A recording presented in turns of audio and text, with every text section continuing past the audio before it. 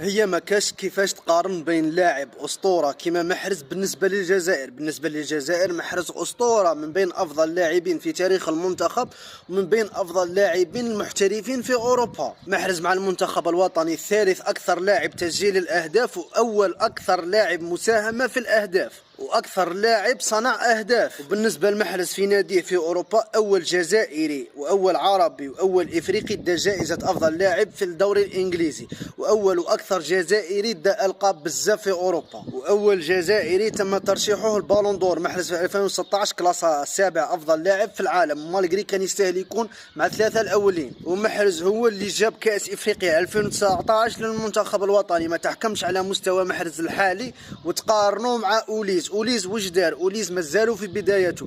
محرز من كان في بدايته كان مشعل النار في اوروبا والدوري الانجليزي. محرز مع نادي ماهوش معروف، نادي